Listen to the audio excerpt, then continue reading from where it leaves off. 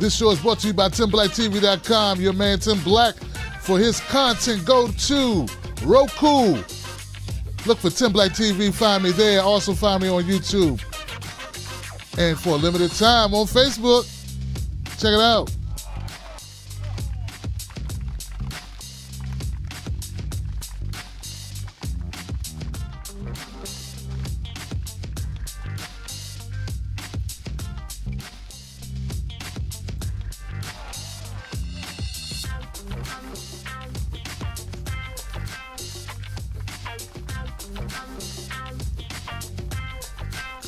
Kill the noise.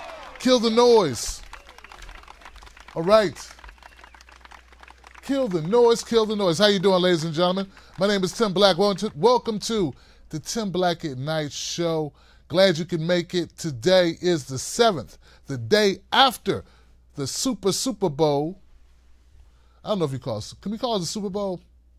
Every 2 years. It's like the Olympics of politics just took place.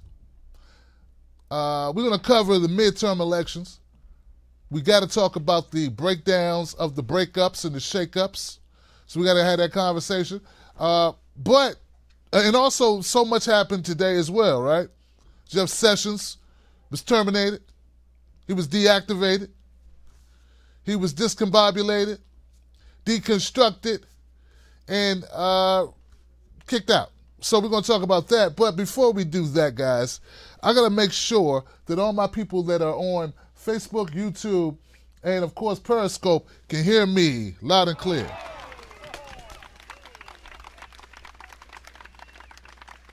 So let me check my Facebook people real quick. Let me check my YouTube people.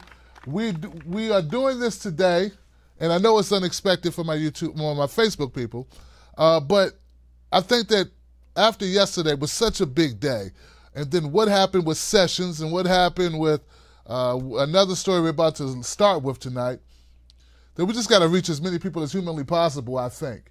I think that's what we got to do.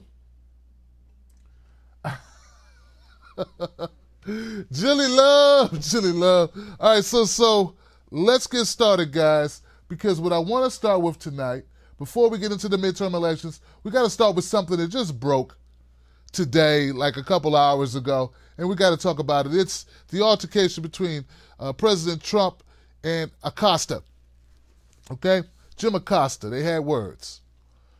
I want to share the film with you, the clip with you, of the altercation between the two and a third person.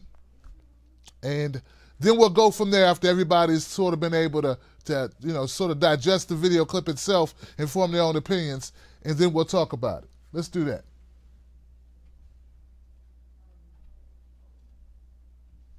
I think you should let me run the country. You run CNN, and if you did it well, your ratings would be much better. If I may ask one other question, Mr. President. If I may ask one other question, are you worried? That's enough. That's enough. Mr. President, that's enough. I was going to ask one of the other folks. That's enough. Pardon me, ma'am.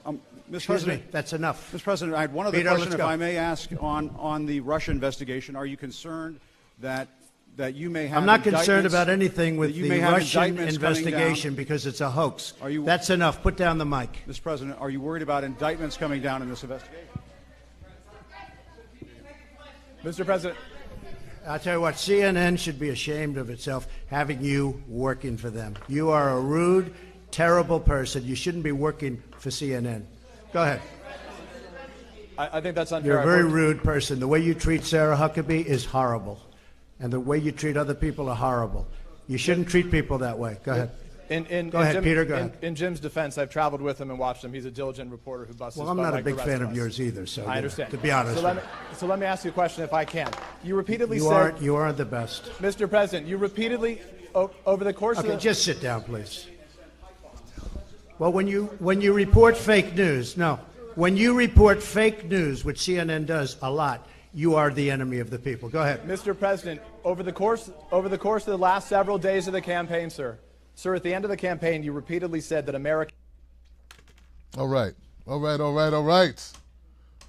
So let me let's leave Trump on the screen there because I want to make sure people saw that. Now, this clip is not the best clip actually to show you what kind of transpired there with the microphone. Okay, so we got ourselves one of these partisan issues where one side sees it one way because that's their guy, and the other side sees it another way because they can't stand that guy. So it's like all discombobulated. So, you're not going to get a straight, response or a true play-by-play or any type of breakdown that makes any damn sense. Unless you talk to somebody like Tim Black, who doesn't really care about either side other than the truth. And that's why we do what we do. And when situations like this arise, that's when you need us.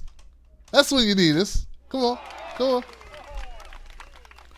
Because, see, one side is saying, Acosta accosted this little girl. He accosted this woman. He laid hands upon her. He physically assaulted her. That's what one side's saying. Other side's saying, how dare she try to take the mic from him? What a disrespectful woman that is. She basically assaulted him by trying to snatch the microphone from his hand while he was holding it. And still there's another side that said, that damn Donald Trump. Well, they kind of go together with the lady trying to take the microphone, but that damn Donald Trump's always starting stuff. How horrific it is to have Donald Trump up there inciting violence once again. Surprised he didn't tell her to go ahead and put a pipe bomb in his back pocket and push him out the door. Watch him explode into 1,000 pieces. See, this is where we are, folks, where there can be no reasonableness. All reasonableness has left for the winter a long time ago. I've looked at this clip several times. This woman was not assaulted. Snowflake. She wasn't. Last time, look, I've been around. I've seen men assault women. I've seen men be rude to women. Very rarely are men assaulting women when they say, pardon me, ma'am, I'm sorry. He didn't say it later after the clip was aired. He said it right then. He said, I'm sorry, ma'am. Pardon me, ma'am. Because he wasn't finished talking. So I think it was almost reflexively hold on a second.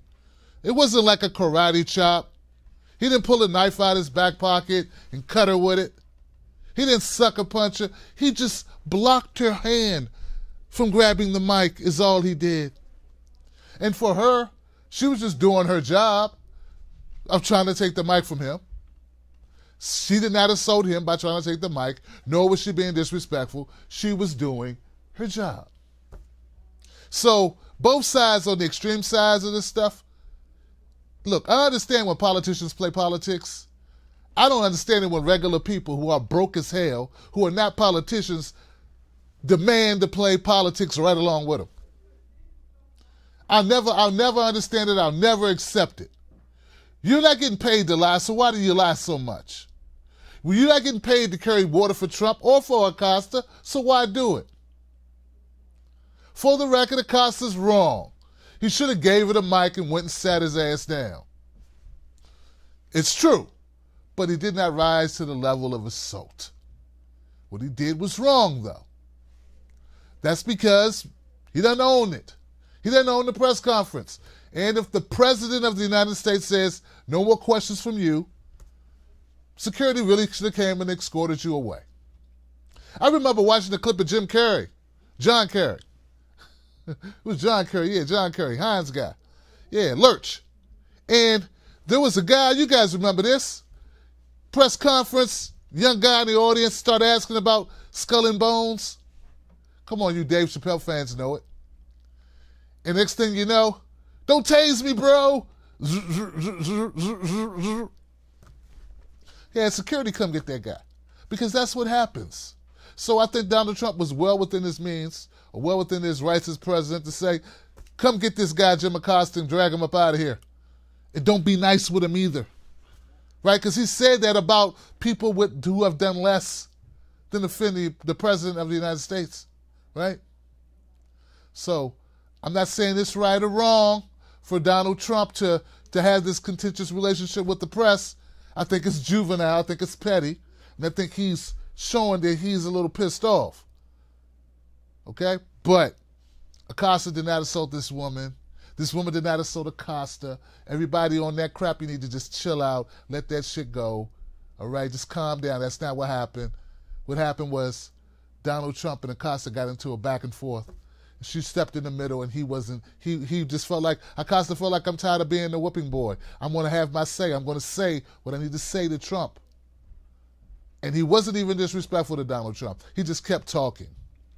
He didn't call Donald Trump names. And Donald Trump, I know he's the president, but he shouldn't be like pointing his finger at people and talking to them like they're 2 years old. I mean, I know you like the guy. I know, I get that. I get that that's your guy, right? But Acosta's a grown-ass man. Now, so I'm just saying it's not appropriate. That's not what he should do. He shouldn't talk to people like that too. Just because he doesn't like them, he should do what he just did, which was the White House suspends access of CNN's Jim Acosta. See, that's what you do. If you're tired of a guy, right, you don't send the young lady in to grab the mic from him. You just bar him. Have him removed. Have him suspended. Come on, politics is sort of like a sport, and so is journalism to a certain degree.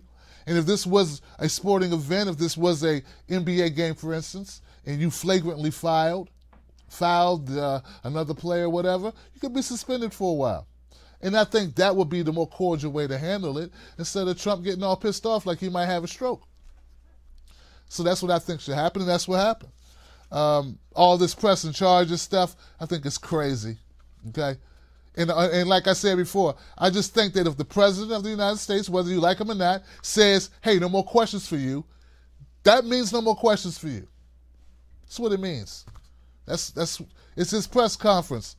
He don't want to answer any more of your questions. He shouldn't have to. All right? So there that goes. And I think if it was Obama, you would have seen it a totally different way. If Obama was in a circumstance where he told somebody, no more questions for you, and that person kept going, and then they wanted to take the mic, and then he wouldn't stop, well, you'd be like, he should shut up, he should leave, and if he gets suspended, that's what he gets. So that's the way I look at this. Because I need to carry water for the Republicans or the Democrats.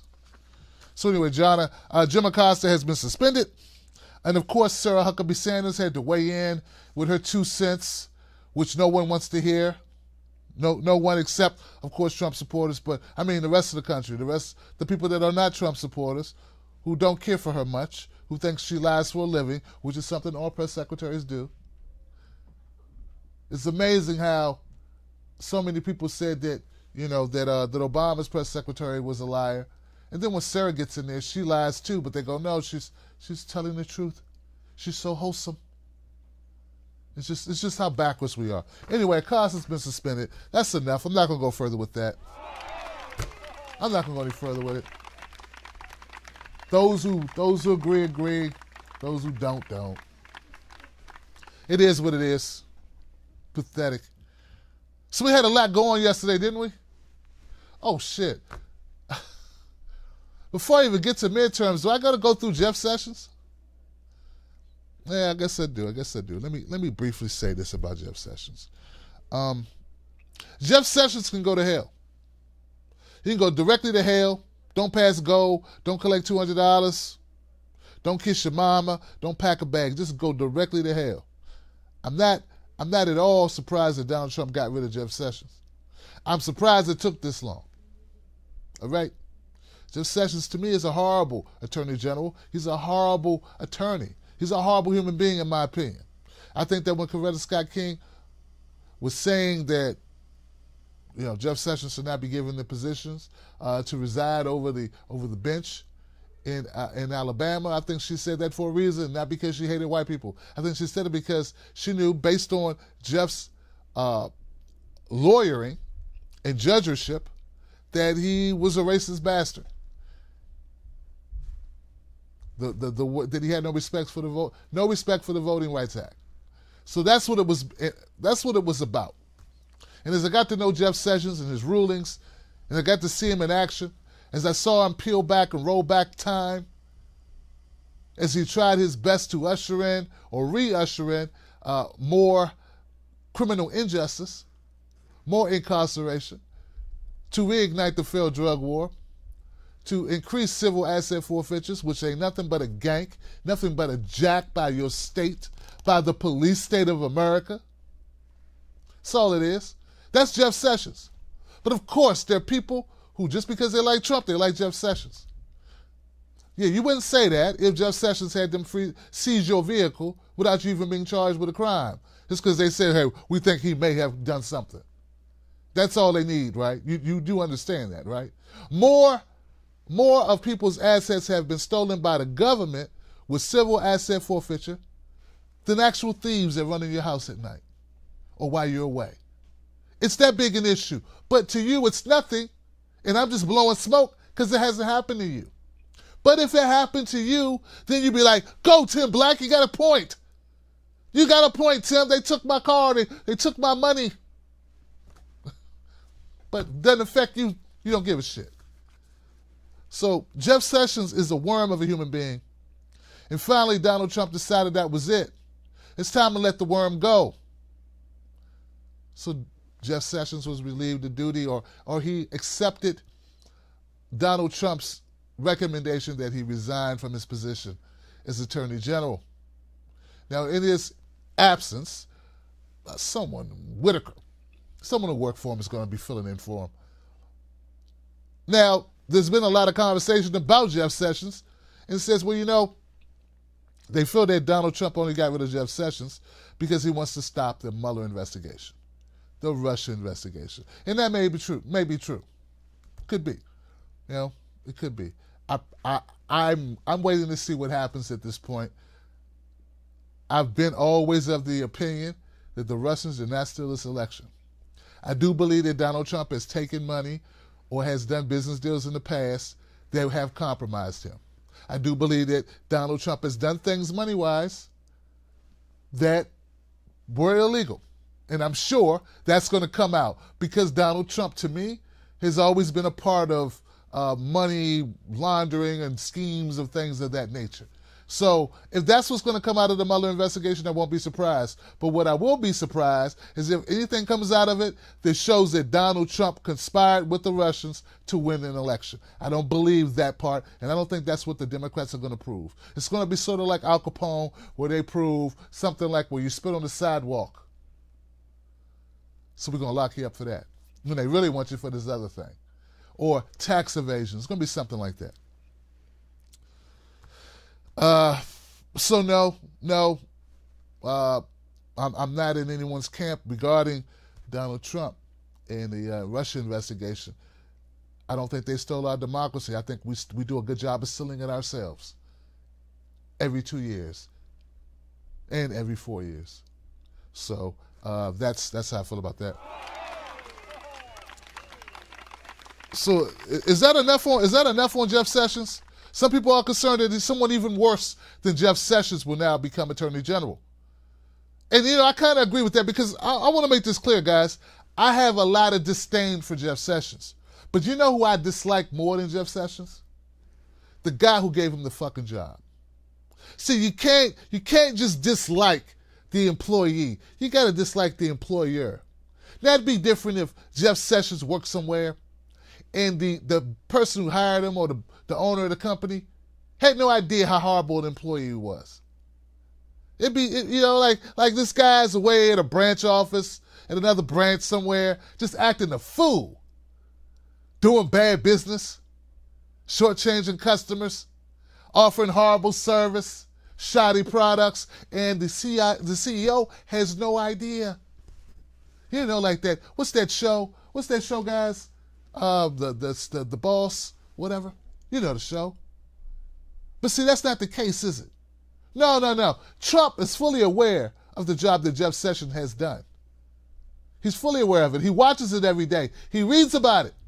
It's not like Jeff Sessions has been a horrible attorney general and Trump's like, oh my God, I had no idea this guy was trying to bring back old ass laws and trying to roll back all the advancements made to you know, in our society. Oh, God, he's pretending like weed is as damaging as heroin. What dumbass is that guy? Who the hell hired this idiot? Oh, shit, I hired him. I got to get him out of here. I've been asleep for 2 years. Had no idea I hired such an idiot. But see, that's not the case, is it? See, I believe that Donald Trump was happy with the performance of Jeff Sessions, notwithstanding his removing himself from the Russia investigation and also refusing to try Hillary Clinton. Besides that, recuse himself, except for his recusal, okay? Those are the only two problems that Donald Trump had with Jeff Sessions, because he was lock and stock in step with Donald Trump on everything from the Muslim ban to family separation to mandatory minimums to civil asset forfeiture to LGBTQ, going back in the day, just like marriage and, oh God, the cake and all this shit that instead of us moving forward, Jeff Sessions wanted to take us backwards. And Trump was very happy with that because he knows that's the reason, that's how you get conservatives to come out and vote. Because he knows these people vote by their Bible. So they're going to come out, they could care less about anything you do as long as you're pro-life and you stop the gays and you be hard on the blacks and you lock them up. See, that's the thing. That's the thing. So I got a problem with Jeff Sessions when people say, Tim Black, why aren't you a supporter of Donald Trump? I don't even need to go far at all. I could just start with his cabinet and I could start with Jeff Sessions. Well, that's been taken off the board. There's no more Jeff Sessions situation. But there's still a Ben Carson, a Betsy DeVos, a Steve Mnuchin. There's a number, Rick Perry. There's a number of losers, a number of swamp things in the Trump administration that should have been in no one's administration ever, ever. And Trump put them there. All right.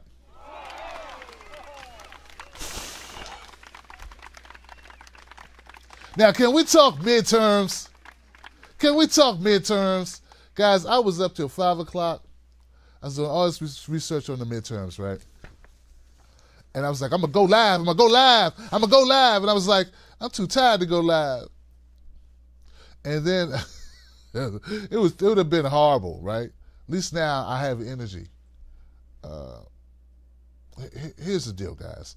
This is such a big story. So much happened over the last 24 hours. So much has transpired that we're going to have to do this piece by piece, okay? Because we want to get to all of it. So let me present you with, let's go over what happened. Let's go over what happened. I have something that has some broad strokes. Let's give ourselves some broad strokes, all right, before we get into specific races.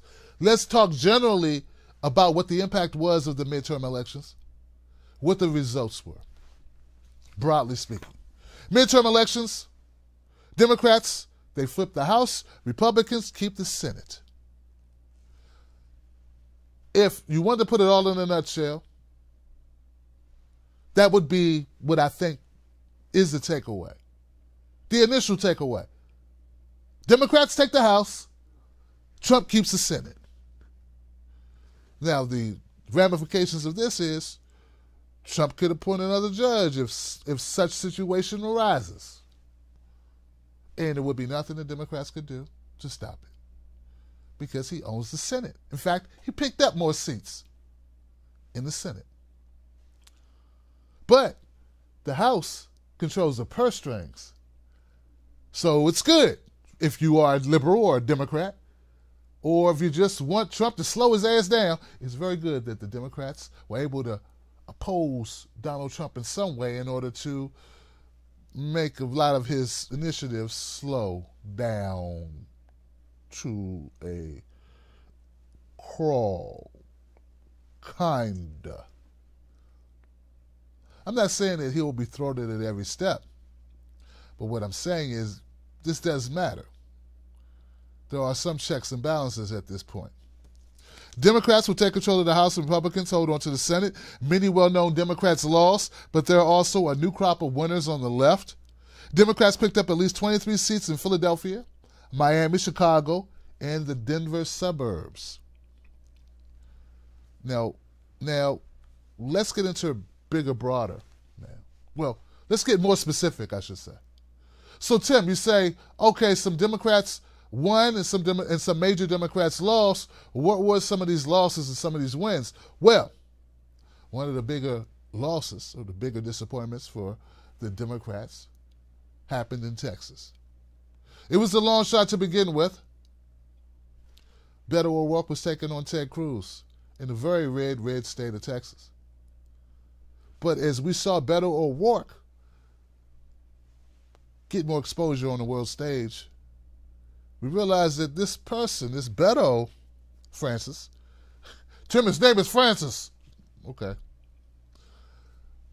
That Beto O'Rourke had a style, an ability to communicate very effectively. And he raised a lot of money, ability to raise a lot of money. So it was very disappointing to see Beto O'Rourke not quite be able to pull out a victory in Texas against Ted Cruz, even though it was a long shot, even though people were not expecting it. It's like, oh my God, okay. Let's compare it to something. Let's just say, for instance, I don't know, you go in it, you want to buy a new car, and you're all set on going to get a used car, maybe, a used car, okay? Or a very modest car, just, you know, a late model, yeah, a used car from the dealership. But when you get to the dealership, they tell you they got a special going on. You're like, what, they got a special? I didn't come here for all this. I just came to get me a little something to get back and forth. I need to be able to take the family from point A to point B. Sometimes we'll do a C or a D, but I don't need to go but so far. My money funny. I just need a little something, honey. And they say, but don't worry about it, Mr. Black. Mr. Black, calm down, Mr. Black. I like you, Mr. Black. We might be able to put you in something new. Check this out. I'm like, come on, man, don't even get my hopes up, man. You know my credit ain't too right. You know my money is too tight. I got places to be, all right? So anyway, they end up showing Mr. Black this great vehicle. It's a great compact SUV. It's got leather interior. It's got CD player. It's got the sunroof. It's got all the latest gadgets. Got your Wi-Fi inside. I mean, oh, it's bad. It is smoking. It's a hot vehicle. And they say, you can afford it. We can get it in your budget, within your budget. And now, I didn't come in there for it. I didn't expect to go out there to leave with it. But now my hopes are up high because now I see myself in that car. I see myself behind the wheel of that late model SUV with the 22-inch chrome rims on it. And they spinning, and they spinning, and they spinning. So anyway, that was what happened with the Democrats. The Democrats went in expecting a used vehicle. They went in hoping we can get to A to B and just do respectably against Ted Cruz. And Beto O'Rourke got to talking, and, well, some people's hopes got a little high. But they were thwarted. Oh, man, you can't get this. The car note to be $700. I can't pay no $700 for no car. I'm going to have to live in it if I do. I'm a independent media person. So I can't take it home. And that's sort of like what happened with Beto O'Rourke. Here goes some speech footage of Ted Cruz as he does his victory lap after defeating Beto O'Rourke. In a very close, much closer, only, what was it, 3 points, 4 points race. Here we go.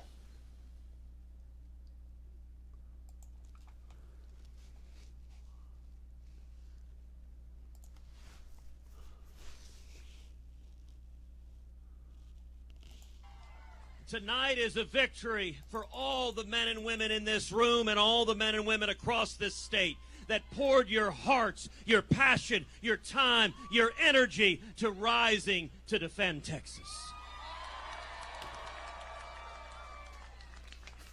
To every one of you, Heidi and I and the girls, we say thank you. Thank you.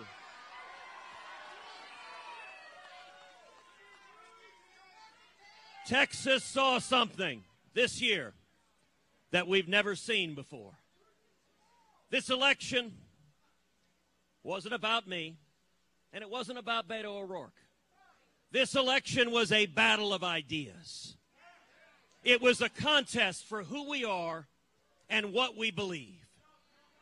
It was a contest, and the people of Texas decided this race. We traveled every part of the state, from East Texas to West Texas, from the Panhandle to the Valley. And the energy, the excitement we saw was incredible. Just a couple of weeks ago down in the Valley, in Harlingen, 2,000 people coming out. In Mission, 2,000 people coming out. In El Paso, 2,000 people coming out. And what was truly amazing, at many of these events, we would ask, how many of you here are former Democrats? And we would see hands throughout the room, as we're seeing hands now, because Texas came together behind a common sense agenda of low taxes, low regulations, and lots of jobs. Securing the border and keeping our communities safe, and defending the Constitution and the Bill of Rights.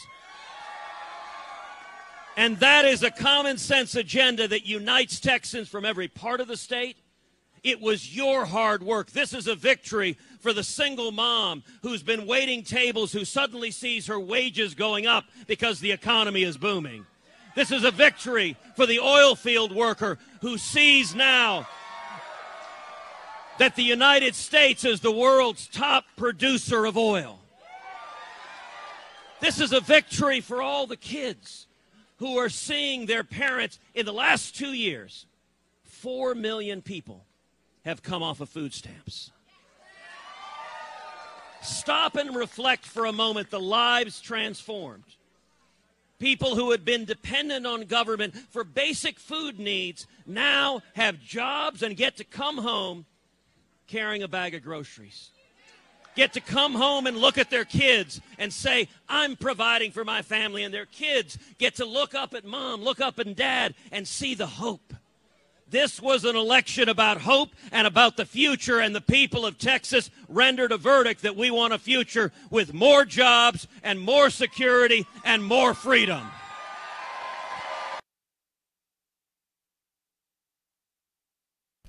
All right, so that was Ted Cruz's speech, and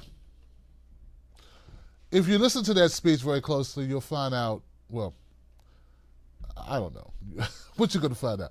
Maybe you'll realize that to some people, Ted Cruz isn't totally full of shit. To them, I don't know what it is they like about Ted Cruz so much, but obviously Texas was inspired by Ted Cruz. They came out. Well, Beto O'Rourke gave his consolation speech, or his speech in response to conceding to Ted Cruz, and here goes a copy of that.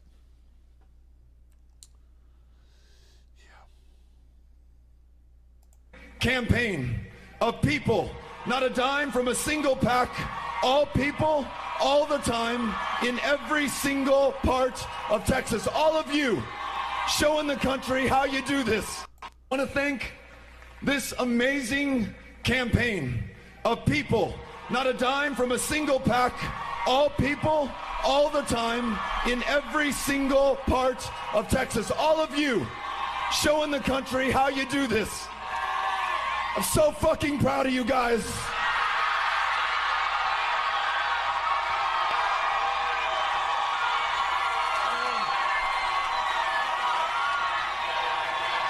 And David and Jody and Chris and Cynthia and everyone who works on this campaign, every volunteer, every ambassador, everyone who knocked on doors, everyone who made phone calls, everyone who allowed themselves to hope and to believe and to be inspired by one another and to turn that into action and into votes and to do something that no one thought was possible.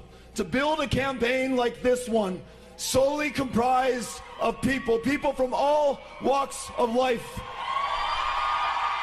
coming together,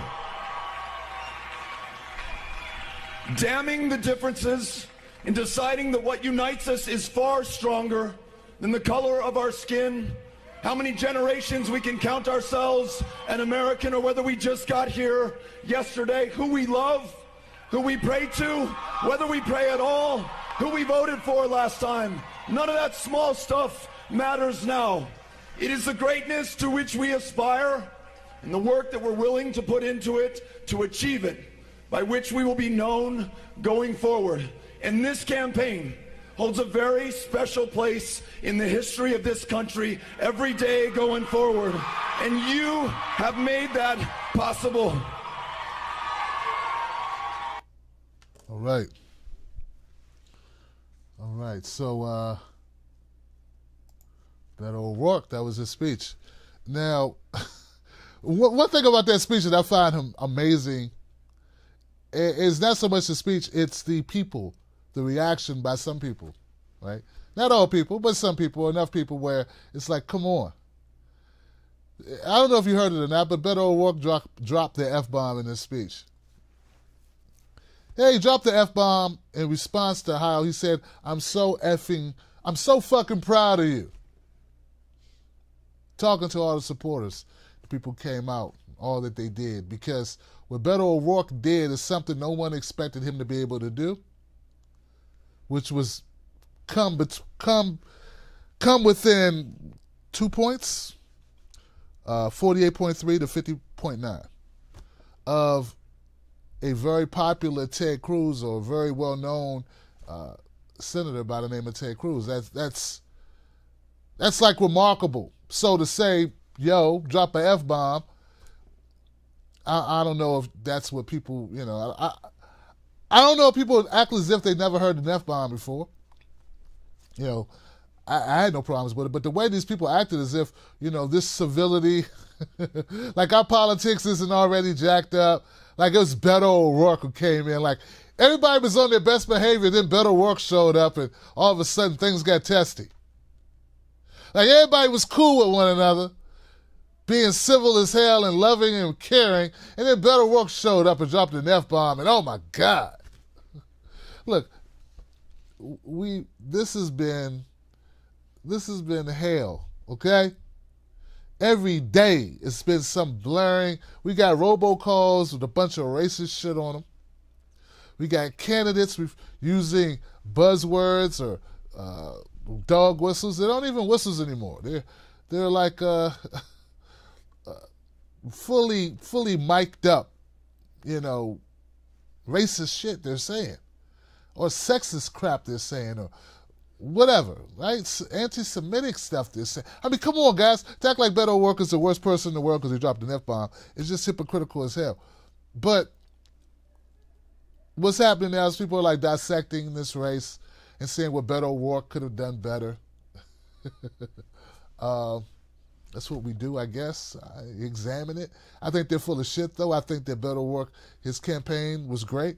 And some other people are saying, as I was reading about it, they were like, well, hey, I'm glad he lost because now he can run for president.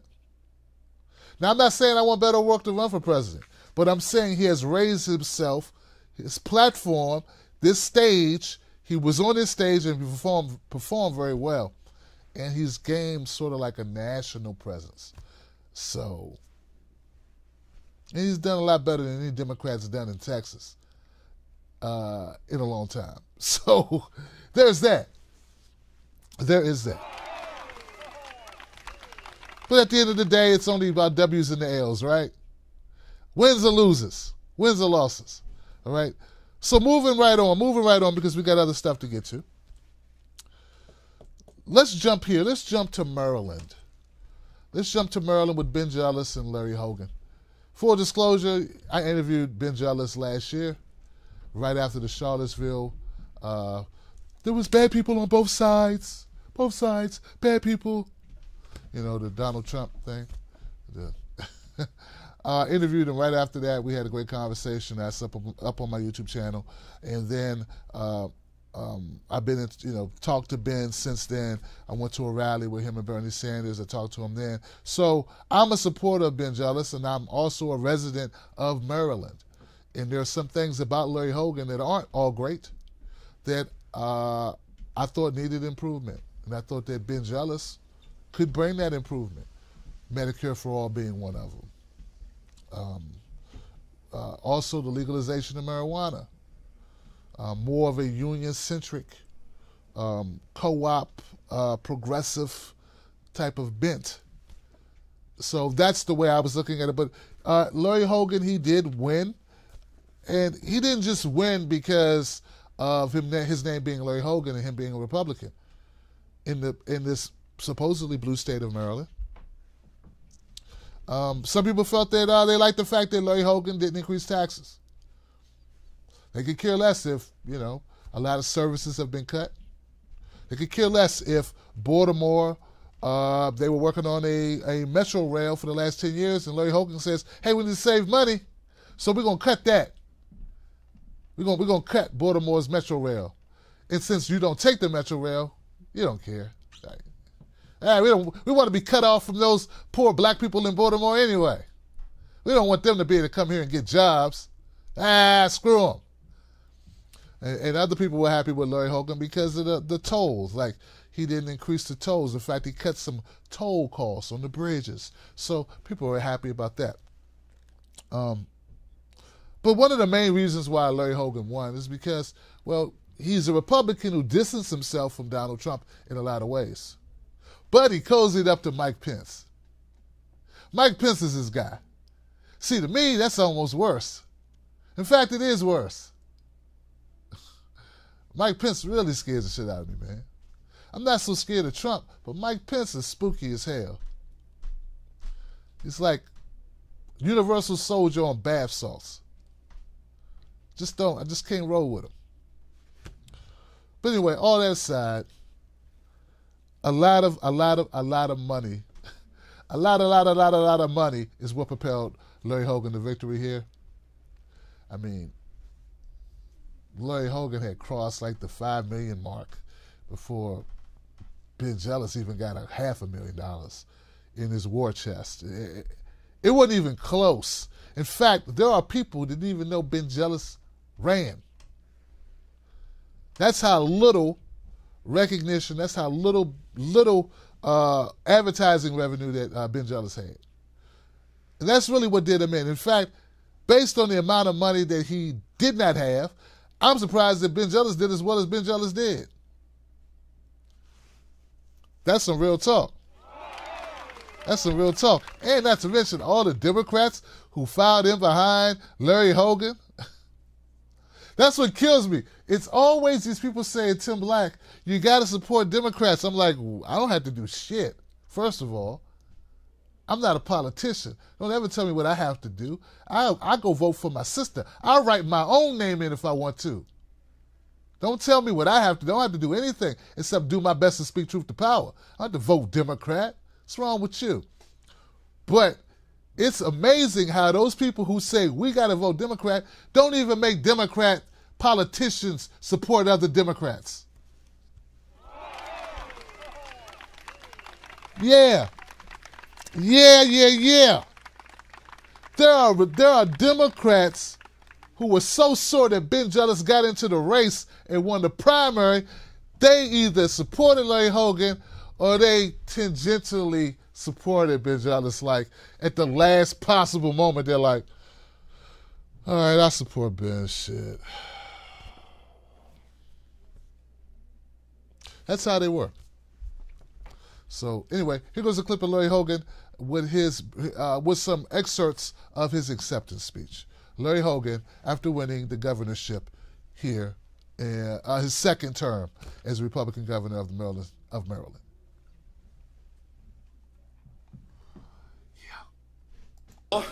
They said it couldn't be done in Maryland, but thanks to all of you, we just went out and did it.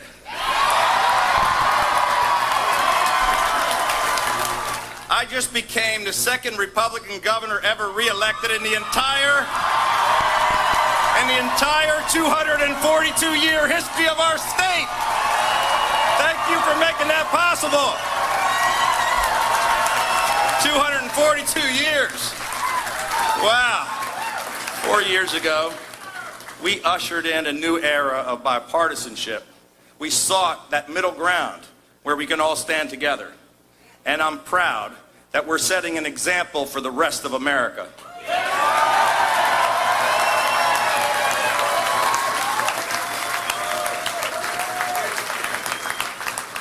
I stand here tonight full of hope. Hope for our state, hope for our nation, and hope for a future that is brighter than the present and brighter than the past. Thank you all. God bless you. May God bless the great state of Maryland and the United States of America. Thank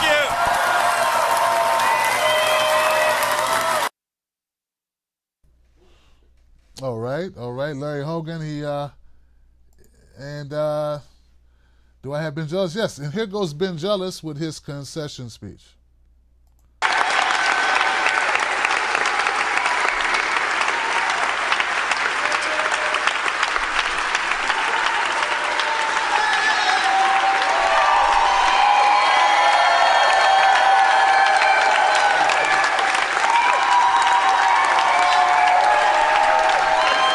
Love you guys. Love you guys.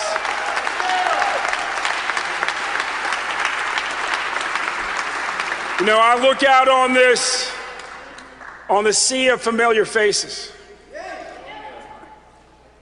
Many of them not familiar over a year ago, but all of them familiar now. Look at the diversity in this room. Spirit amongst all the organizers who packed this room from wall to wall. And all I can say is this looks a lot like a Jealous family reunion to me. I want to thank each of you and our neighbors across the state for the incredible support that you all have given me in this uphill fight. And we said it was like going from climbing K2 to Everest. With all the odds stacked against us, your support means a lot. I want to thank everyone who's been a part of our coalition on behalf of the entire Jealous Turnbull team. Just moments ago, I called Governor Hogan to congratulate him on his re-election.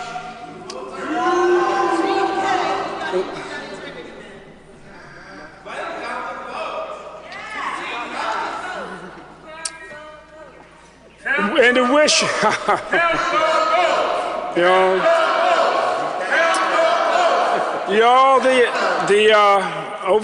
half the votes have been counted, and we've looked at those numbers, and it's right for us to concede.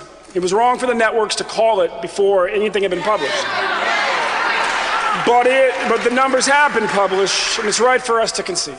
You know, General Colin Powell told me a long time ago, it's easy to figure out what we can disagree on. What is tougher and more important in a democracy is to figure out what we can agree on and to go get that done.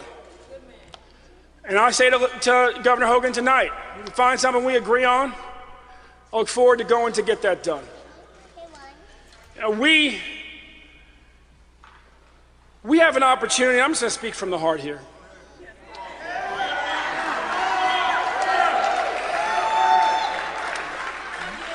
I can't watch the rest of this, man. This is sad. It was a tough loss for Ben Jealous, and tough loss for Ben Jealous there. And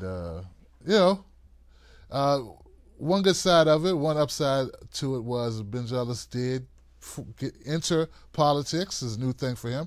Former NAACP president. Youngest NAACP president, Rhodes Scholar, all these things. His, what is it, Dave Chappelle's like a brother-in-law, brother something. So Dave Chappelle did campaign for him, and we got to see Dave Chappelle and Ben Jealous out there, and maybe Ben Jealous can do some comedy now with Dave Chappelle. He can, you know, I mean, Dave Chappelle went out on the campaign trail. Maybe Ben Jealous can go on the comedy circuits or something. And anyway, Larry Hogan and Ben Jealous, they did a number of people came out to vote for them.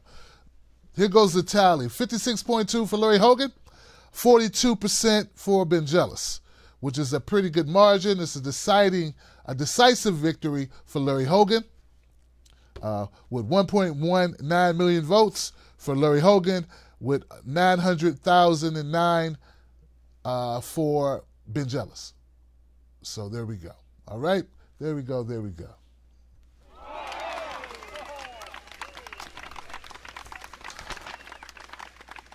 There's more. There's a lot more, guys. Let's go. Let's move on to Florida, guys. I want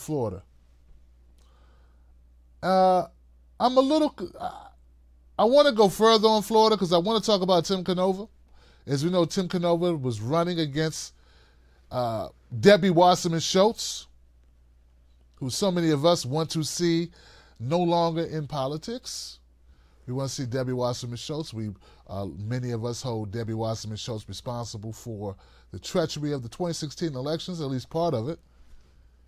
And then once we discovered the treachery of what we feel is the rigging of the 2016 primary elections within the Democratic Party and the DNC, of which Debbie Wasserman Schultz was the chair and was forced to resign, and Hillary Clinton hired her immediately to work on her campaign.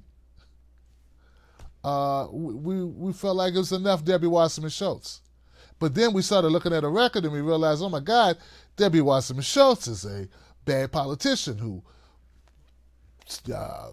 supports fracking in private prisons and takes money from lobbyists from all sides of all corporations, you name it. She takes money from them. So we wanted to see Debbie Wasserman Schultz, like I stated, no longer a public servant. Just get her up out of there. And this was the second time, okay? So in the first go-round, Debbie Wasserman Schultz, Tim Canova challenged her, and he lost. And we went to count the votes to find out how much he lost by, because it looked really close on the ground, and we found out all the votes were gone. Miss Snipes, out there at the Broward County Board of Elections, had disposed illegally of the voting proof of the ballots. She was supposed to keep them for a year. She kept them for a couple of months. As best we can, as best we can conclude. And then Tim Canova sued her. Anyway, fast forward, Tim, till present day. Tim Canova ran again against Debbie Wasserman Schultz. This time he ran as an independent because there was no justice and no peace being a Democrat running against such a strong incumbent, such a heavyweight as Debbie Wasserman Schultz, so entrenched within the Democratic Party. Well, to the dismay of many of us, Tim Canova apparently, based on what they're reporting, did far worse than he did 2 years ago. Now, I have no way to determine if that was accurate or not. I'm even hearing talk that Tim Canova was pushed off ballots. I don't know if that's true or not. All right, I saw this on Facebook. All I can tell you guys is Tim Canova, I haven't met many people of the caliber of Tim Canova. Person who took his own savings and put everything on the line to run against to run for public office because he felt it was the right thing to do, and because he feels that this person who's working in his city, or in his state, I should say, in his district, doesn't have the best interests of the people of Florida. So Tim Canova fought the good fight, and he's been fighting a good fight. So I say all that to say, I don't know exactly what this means. I know we need to look further and closer at this race. My thoughts are with Tim Canova. My thoughts are with his campaign and everyone who stayed with it, who stuck with it, who believed in Tim. And to all you who support Tim Canova, as I stated on Twitter, in the tweet that went semi-viral, that Tim Canova deserves all our support. Reach out to Tim Canova. ProgressForAll.com is the website, if I'm not mistaken. I think it's a .com, Progress for All. Or you can just look up TimCanova.com. I think that'll take you to his website. And you can find out what his plans are at this point. Shout out to my friends in Florida, Peter Hager, Tim Canova, the whole crew, Stephanie Myers, my friends there, Elijah Manley, all my friends in Florida. And yeah, it's unfortunate. And I still got your back. And let us know when you're ready to talk about it. When you're ready to talk about it, my door is open, sir.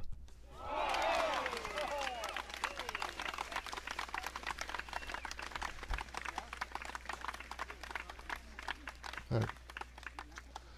Well, Tim Canova wasn't the only race in Florida that we had to keep an eye on. There was another race for the governorship, the gubernatorial race of one Andrew Gillum and former Andrew Gillum, the mayor of Tallahassee, and Ron DeSantis, a former House rep, Congressman DeSantis. Now, a lot of talk about this race. And initially, Andrew Gillum sounded so promising. He was talking that progressive language. He was out there laying it down. Medicare for all, $15 an hour minimum wage, in mass incarceration. Talking about ending perpetual wars. I loved it. That's what I'm about. That's that's what I support. Okay. As time went on, some things changed within the Gillum campaign. I reached out to Andrew Gillum. Just find out what was going on. I didn't get a response back. So I became critical, not because I didn't get a response. It's not petty like that. There are other people who are even more petty than Andrew Gillum. Staff could ever be. Whoever unfollowed me because they didn't like me criticizing Andrew Gillum. Actually, no one did unfollow me on the Gillum side over that. So they're not petty. But there's like the Acosta people, you question them and they just unfollow you and treat you like shit. So, yeah. So anyway. So I had questions about Andrew Gillum. Wonder, hey, why the change of tone? Why the campaigning with Hillary Clinton? Why the sitting with Debbie Wasserman Schultz?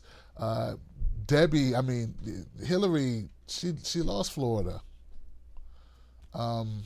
She can't help you in Florida. She's going to hurt you in Florida. Hillary won in Maryland, but we didn't see Ben jealous with Hillary, did we? Did he? Oh, God, I hope he didn't. So anyway, that's something like a sticking point. Well, anyway, bottom line is this. Andrew Gillum, nail-biter contest between Andrew Gillum and Ron DeSantis. And I tell you guys, a lot of people wondering, like, why did Ron DeSantis win this thing? Was it Gillum, campaigning with Hillary Clinton, being too close to Debbie Wasserman Schultz? And I tend to think that wasn't it. Okay, I don't think that was it. I'm not saying I don't believe that it helped him to be with Hillary. I don't think it helped him to be with Debbie Wasserman Schultz. I don't think it did. Now, it may have in certain pockets, though, because there are certain areas, such as the 23rd District of Florida, that I know Hillary did very well, and she did win that county. Okay? But overall, I don't think it hurt him across the state that he did that. I don't think that's what did it. I think the reason why DeSantis defeated Gillum, and once again, guys, we're talking barely 1 percentage point. We're not talking about a trouncing. or stomping or an ass kicking. We're talking about 1 point. I think it was this. This is what I think. Did it for DeSantis. Trump, but he's also an amazing dad. Ron loves playing with the kids. Build the wall. Everyone knows my husband Ron DeSantis is endorsed by President Trump, but he's also an amazing dad. Ron loves playing with the kids. Build the wall. He reads stories. Then Mr. Trump said, "You're fired." I love that part. He's teaching Madison to talk. Make America great again. People say Ron's all Trump, but he is so much more. Big league. So good. I just thought you should know. Ron DeSantis for governor. Okay. So that's why I think that DeSantis won. He won because of Donald Trump. It's not rocket science. Donald Trump, when he came to these states and he campaigned, when he pulled DeSantis closer to him, and as you can see, DeSantis was so close to him, I mean, it was like they were like kissing cousins. A cousin's kissing. They were very tight. DeSantis had no shame in his game. He was kissed up to Donald Trump in every way imaginable. He made it clear that whatever Trump wanted him to do, he would do. If it was, Trump famously joked about shooting someone in the middle of Fifth Avenue or whatever, and people would still vote for him, Trump supporters would still vote for him. Well, DeSantis would be the one who took the gun and took the case. That's how much DeSantis was kissing Donald Trump's ass. And I think the people of Florida knew that DeSantis was Trump's guy and that they want to help Donald Trump, so they voted for DeSantis. Once again, it wasn't a large margin. In fact, now they're saying that they're going to do a recount because it's so within that area of one percentage point where it's an automatic recount. So there's going to be a recount in Andrew Gillum in the Ron DeSantis election for the governor to see who actually won this thing. I'm not as critical of, I am critical of Gillum campaigning with Hillary Clinton and Debbie Wasserman Schultz. I am concerned when you talk the rhetoric of progressives, but then you kind of move around and do different things. I think that you gotta. It's an old saying: dance with the girl you brought. You came in with her, leave with her. It's bad form to come in with one person and leave with someone else. And it felt kind of like that's what Gillum was doing. And I wanted to give him the benefit of the doubt because I felt that maybe he knows something about what's going on in Florida that I don't know. Maybe the language of Medicare for All is not a winner in Florida. Maybe there are people who are so afraid by it. As usual, DeSantis said that, Gillum was going to be a tax and spend Democrat. And maybe that scares some voters. It's typically what conservatives use against liberals or progressives. So I don't know how effective that was. Bottom line is this. We got a recount going on. I don't know if this was Gillum's race to lose. You know what I'm saying? Like a lot of people are saying it was all Gillum. I don't know. I think that similar to Donald Trump, when DeSantis used the monkey terminology, you remember, don't monkey it up and vote for Gillum. Remember that? And then the robocalls, and they took money from a racist guy who called Donald Trump a Muslim nigger. Like, I don't think the people that voted for DeSantis gave much of a damn about that. I think they are more concerned with their wallets, and they look the other way when it comes to bigotry. Unless it's, I don't know, unless it's aimed at them. If it was aimed at them, then they'd care. But as long as it's aimed at, the blacks or the Jews or the Latinos, but particularly the blacks, it's like, hey, these people are too sensitive. You need to get over it. And that's not what he meant. They just want to use that against him and call him racist to try to win this thing. So I just think those people in Florida are in such harm's way that they just chose DeSantis. And they didn't much care about anything else that happened in that race. The fact that DeSantis is Trump's guy. was all they needed to know. They went strongly for Donald Trump in 2016. I don't think it's that big of a stretch to say they went strongly for DeSantis for the same reasons. Okay? And Donald Trump won Florida by what, 20 points? Yeah. So they came out for DeSantis on behalf of Donald Trump. And Donald Trump pretty much, like, I think it was 9 out of the 11 candidates that he stumped for, won. So there's that. All right. Give it up for that.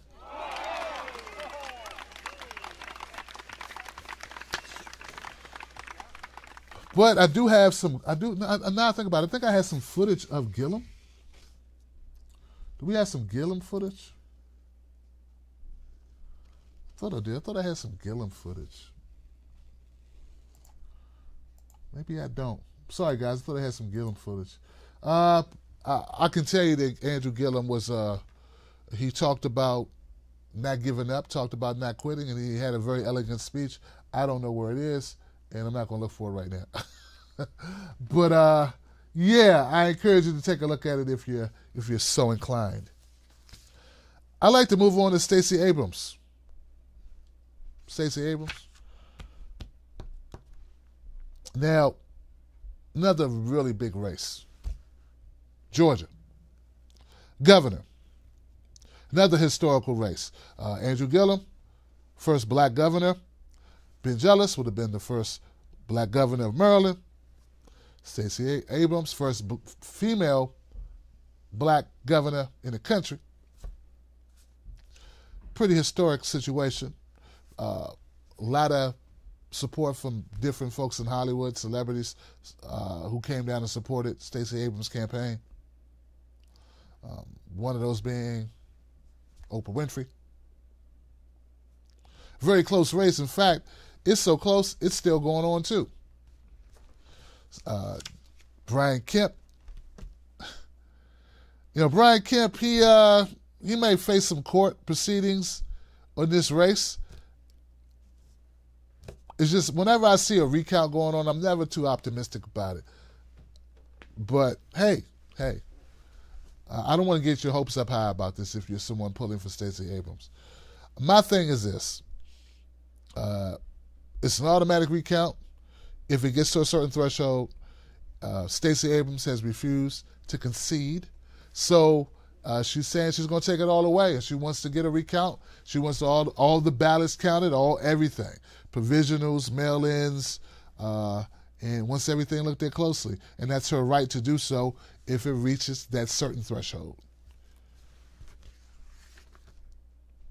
There was, I can tell you, that just being online, that there was a lot of conversation about voting issues, downed equipment, stuff not working right, questions about voter suppression, and once again, we're just incompetent. We didn't do it on purpose. We just don't know what we're doing, that's all. These people couldn't vote. That's because we messed up. It's not because we was intentionally trying to keep them from not voting. It's an accident. You know, it's always funny how Republicans turn into Steve Urkel when it comes election time. Did I do that? Did I do that? You know, like they never meant, no, you know this shit don't work. It's not working. It's not working. Did I do that? All of a sudden, we've been knocked off voting rolls. Did I do that? And as pissed off as Democrats get about that, same shit happens during your primaries. And you do the same thing. You start playing Urkel. Did I do that? Hey, we got knocked off voting rolls. Did I do that? Hey, the machines are not working. Did I do that? All these polling places are closed. Did I do that? The lines wrapped around the building. Did I do that?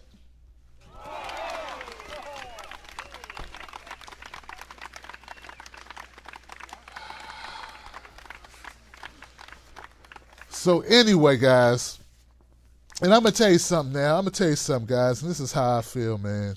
I'm not all that excited about Stacey Abrams or Andrew Gillum. I was a little bit more excited about Ben Jealous because Ben Jealous wasn't afraid to say the word black. You know, I don't know if you noticed in that, but if you look at some stats, if you look at the condition of black folks in America, you realize that black folks really are catching hell in this country. And we've been catching hell in this country ever since we've been in this country. And that there are certain things that need to be done in order to put us on a more even footing with the rest of the country. And that should be an objective of all politicians.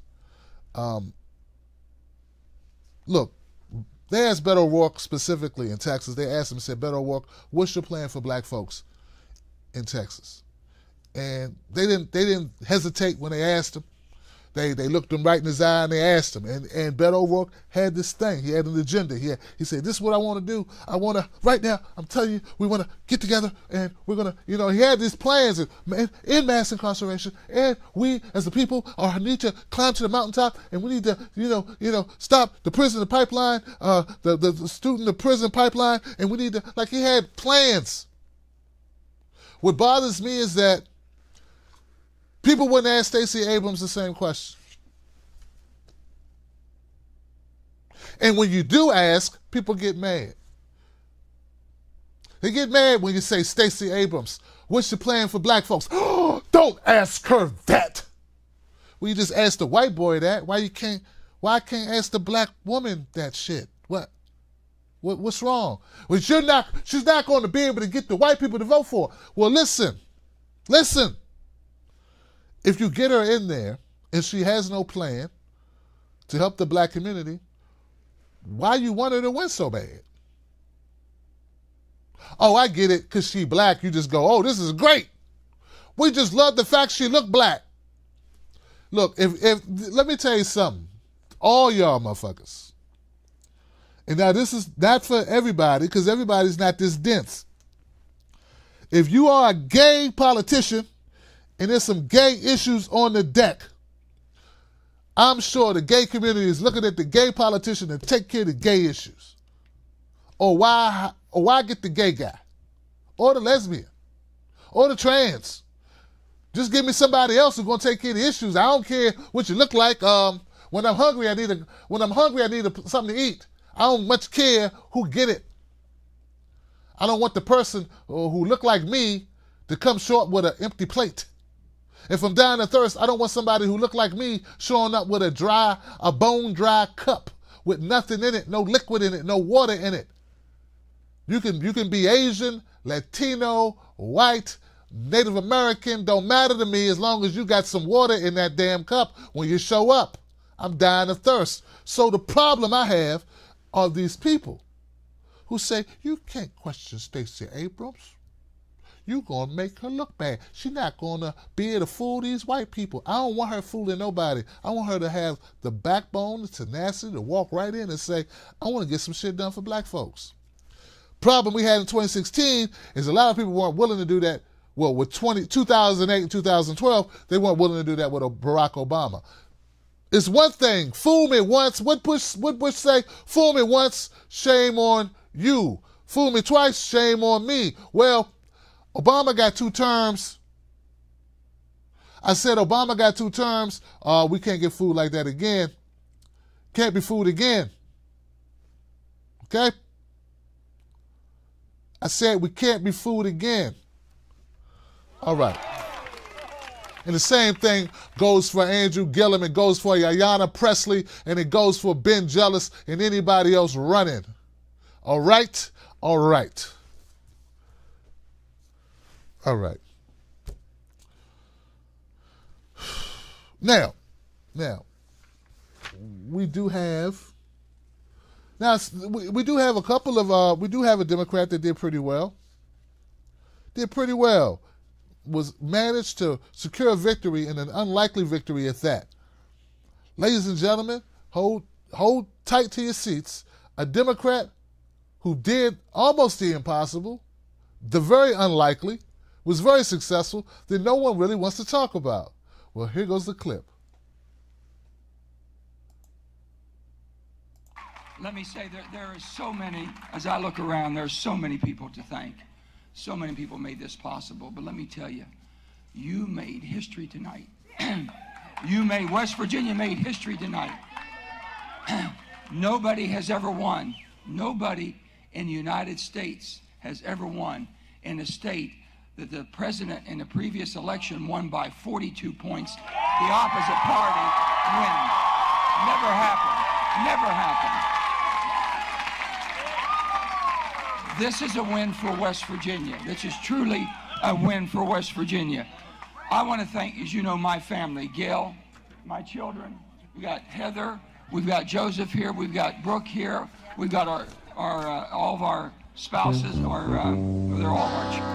I can't watch no more of that. I just can't do it. I can't do no more Joe Manchin. He won though. He was successful.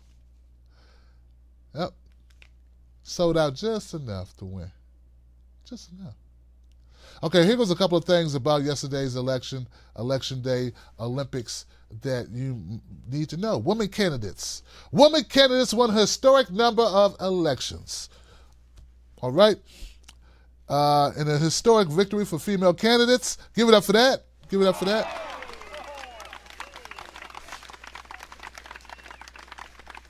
Women kicked some major ass yesterday.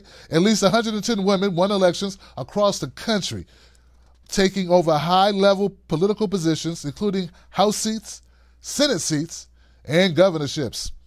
Next year, a record number of women candidates, most of them Democrats, will be in Congress. The women who won Tuesday night were a part of Democrats taking the majority in the House. 84 of the total number of Democrats who have won seats in House so far are women. All right? And which pushed the Democrats to a several seat majority. Okay? Okay. So that's sort of a big deal. A couple of winnings or winners that I want to bring to your attention are some of the likely winners that did very well. And let's check them out real quick.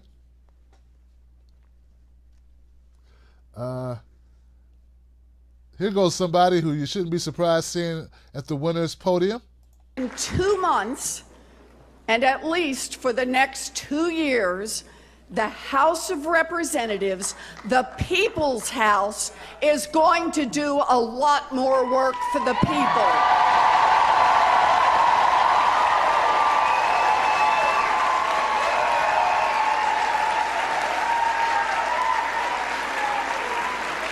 So tonight, I make you this promise. We are just getting started.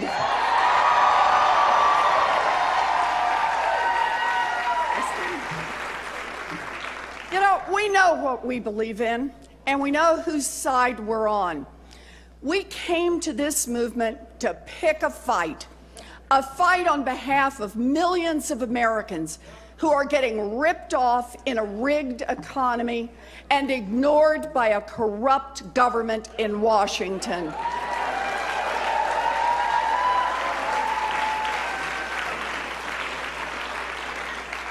We came to this fight for families trying to stretch a paycheck and for people living 1 moment away from a medical bill that would send them spiraling over a financial cliff. We came to fight for seniors trying to make it on Social Security and for dreamers trying to make it in the only country they've ever known.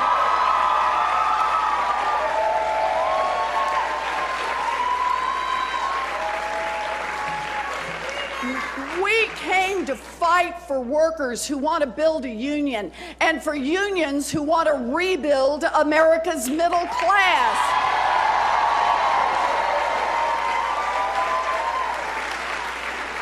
We came to fight for firefighters facing cancer, for nurses busting their tails to save lives, and for public school teachers reaching into their own pockets to buy crayons for their kids.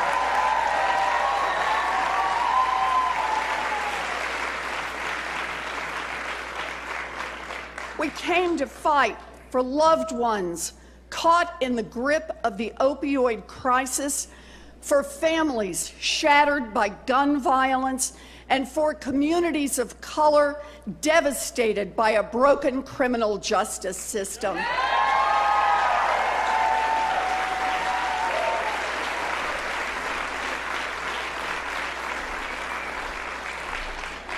And we came to fight for decency. We came to fight for justice. We came to fight for change. And now, tonight, we take that fight to Washington to make our government work, not just for the rich and the powerful, but make it work for everyone else.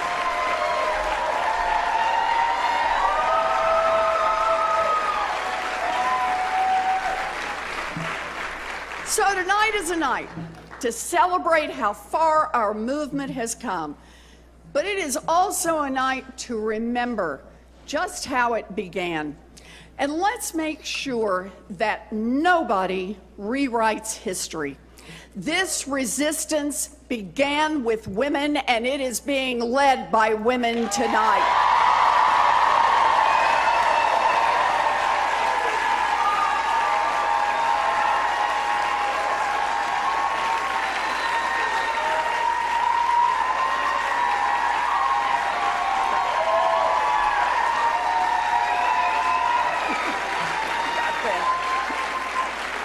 2 years ago, on a very dark election night, millions of women watched in horror as Donald Trump was elected president.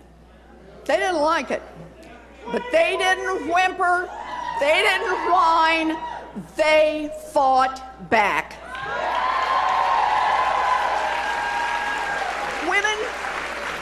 Women knitted hats and they painted signs and they took to the streets by the millions, raising their voices until they could no longer be ignored. They went to rallies, they went to town halls, they went to training sessions, they became organizers, fundraisers, campaign managers. By the dozens, by the hundreds, women who had never run for anything before stepped up to put their names on the ballot. A record-breaking number of women.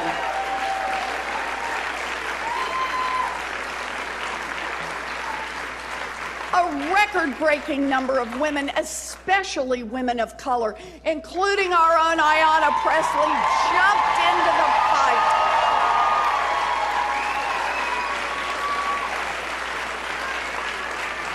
And it was something. They ignored the party bosses who said they should wait their turn. They ignored the consultants who said they should cover up their tattoos and smile more. And they ignored the powerful men of the Republican Party who never took them seriously anyway.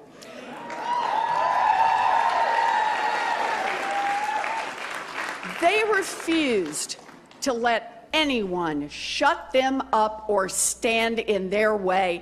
And that is how real change begins.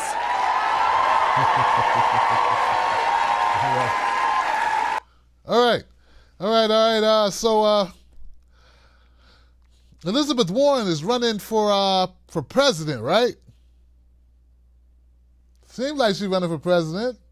That's what seemed like is happening right there. That's a speech announcing her coming out like I'm officially throwing my hat in the ring type of speech. I was shocked, man. I didn't realize this was only Elizabeth Warren's her second term. This is only her second term she just won. So I didn't realize she was that new, being 70 years old. So, okay. Well, look, guys, Elizabeth Warren, every once in a while she has a good talk, but when it's going to cost us something, I don't see Elizabeth Warren being in the fight the way I need her to be in the fight for me to support her. And this whole thing with the Native American and indigenous people, this whole thing, as a friend of mine, I think we've had this conversation many times. Indigenous people, Native American folks catch a lot of hell in this country. They have for a very long time. And they don't get enough attention at all. And Elizabeth Warren did not help that with her recent DNA analysis and any of that. So, yeah, a lot of talk. What you got? Show me what you got, Miss Warren. So anyway, Elizabeth Warren, second term, she won her race, and someone else won their race, and you should not be shocked about this either.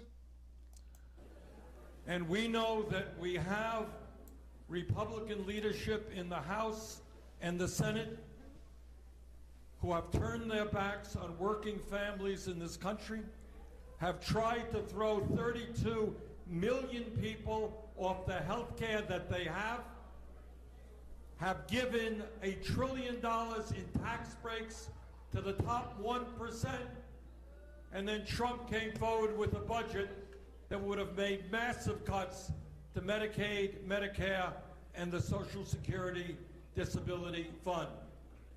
But more important than even these terrible policies is that we have a president of the United States who is a pathological liar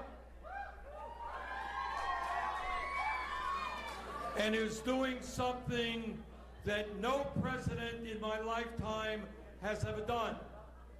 And that is, instead of bringing the American people together, he is trying to divide us up based on the color of our skin, based on where we come from, based on our religion, based on our gender, based on our sexual identity.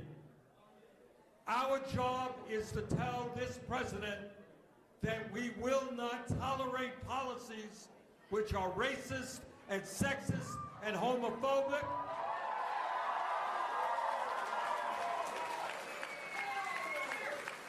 That all over this country, the American people, led by the state of Vermont, are going to stand up and fight back. So I just want to thank my family, Jane, and all of the kids behind me. And I want to thank all of you, and mostly the people of Vermont. Being a United States Senator from Vermont has been the honor of my life. And I thank the people of the state for allowing me to once again serve as their senator. Thank you all very much. Okay, so Bernie Sanders in the house. And I want to point something out, guys, that I think needs to be said. First of all, let me give a shout out to a couple of people, first of all, before I do that. Fred Lexo, thank you for being here. A new moderator, Fred Lexo. Thank you, Fred. Fred's been around for quite some time, so thank you, Fred, for helping out. Jack Backcountry. How did Debbie Wasserman Schultz win and Andrew Gillum lose? I don't know. I'd like to find that out, too. I want to hear what Tim Canova has to say. And let's see how we can get involved in that. Thank you, Jack Backcountry, for the super chat.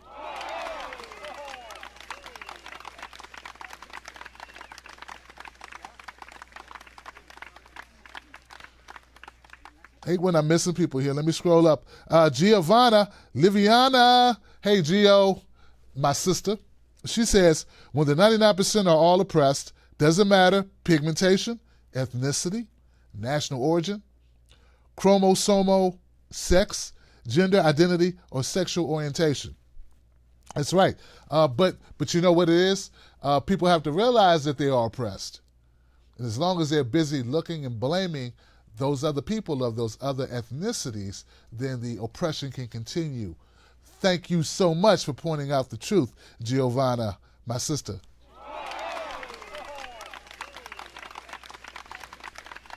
And thanks for the super chat, Giovanna. Knock Mumblewick. Thank you, Knock, for supporting this show. I appreciate you for the super chat donation, my friend.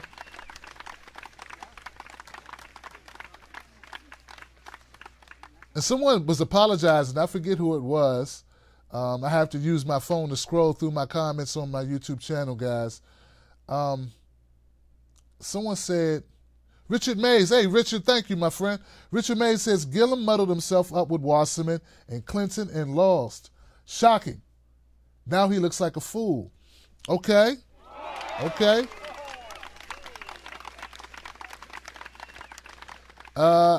Hey, as I stated in the beginning, I don't know if you were here for this, Richard Mays. I don't know if that's what did it or not. You know, I don't think that Hillary could help him much in the state of Florida. I think DeSantis was helped a lot by his affiliation, his very open, big-hearted affiliation with Donald Trump. I think that played very well for him in Florida. That really helped DeSantis. He was willing to basically take his spine out, throw it on the ground, kick it across the room, and just do whatever he needed to do to get Trump to give him attention and love. And I remember Gillum commenting about this during the debate, how DeSantis was hanging on every tweet with Trump, and there was a reason, because DeSantis needed Trump. But also, I want to say this, guys. I want to say this. Do you understand the words that are coming out of my mouth?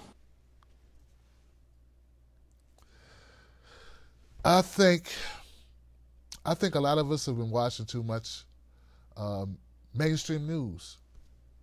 And look, hey, I want to expand TBTV so that I don't have to, so I can bypass all corporate media, at least 90% of it, and have people on the ground who can give me news directly. But even me, I have to use it to a certain extent just to know what's going on in the world, because we lack resources, right? But we would have known that DeSantis was looking pretty strong if we would have been able to have more exposure to what was really happening in Florida. See, I don't think DeSantis just won this thing. I think he had a lot of support in Florida. I think he did. And I think they were reporting and they were showing us Gillum looking great and giving great speeches and showing us him winning a debate. And I think he did win a number of those debates, both of those debates. I felt Gillum won those debates, and the horrible rhetoric that came out of DeSantis' mouth. And they showed us that, and they're putting that on repeat. But the bottom line was, people in Florida, I don't know how much they were moved by it. So we tend to fall into this thing without knowing it. We're in the echo chamber. Because I don't know anybody, even my friends on the left, who was saying DeSantis could beat Gillum. I didn't think it was going to happen, but I wasn't totally shocked, because I realized that Trump did some heavy lifting, and I had no idea how popular DeSantis was in Florida. So give it up for that if you get my point. Yeah, I'm not saying this is what I wanted, because I think Gillum's got more progressive policies. Even if he's not as progressive as we want him to be, I think he had more progressive policies that he would put into place than Ron DeSantis. Feel me? I'm just hoping that we can hold DeSantis accountable, because he won this. Because I got friends in Florida, man, like my friend Allen. That aquifer stuff they talk about, you hear about the blue and the green algae, and the toxic level and the killing of the fish in the waterways, the destruction of the environment. That's real stuff. That's really going down. And one of my friends in Florida, I care about them, and I care about those problems being rectified. So, yeah. Tough.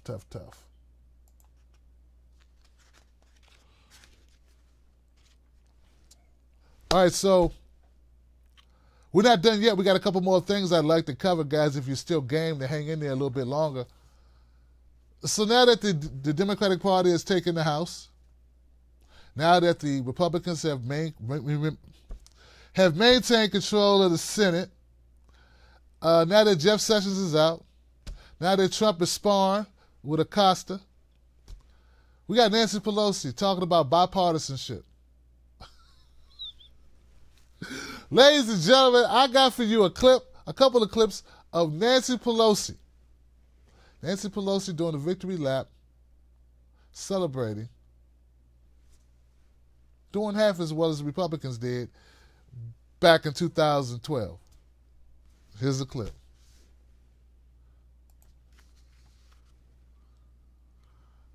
Yep. Oh, damn, wrong one. I got so many videos, y'all. So many videos. Day in America. Remember this feeling. Know the power to win. And almost all congratulations to those dynamic, diverse, incredible candidates who have taken back the House for the American people. Let us salute all of our candidates.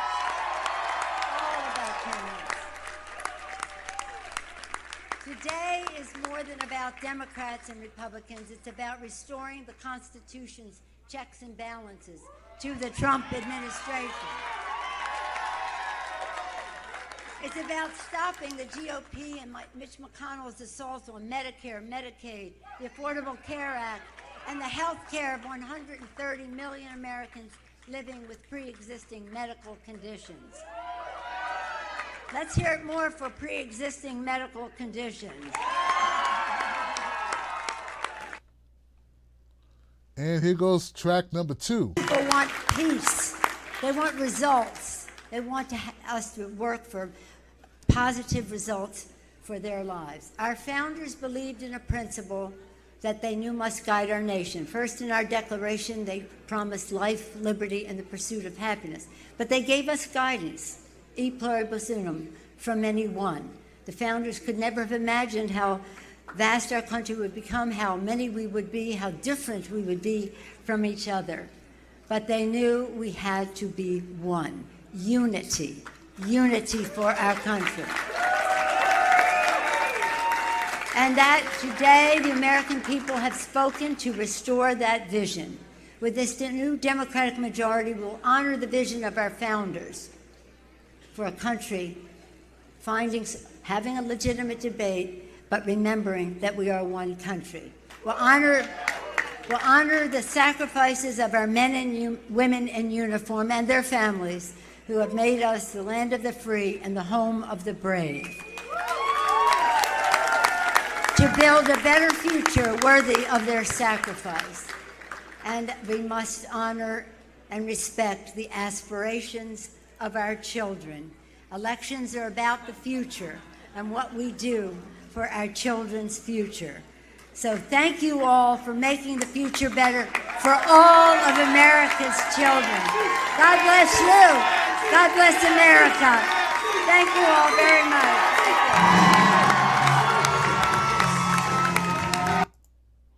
All right, I gotta do this, man. I gotta have this conversation, man, about Nancy Pelosi, guys.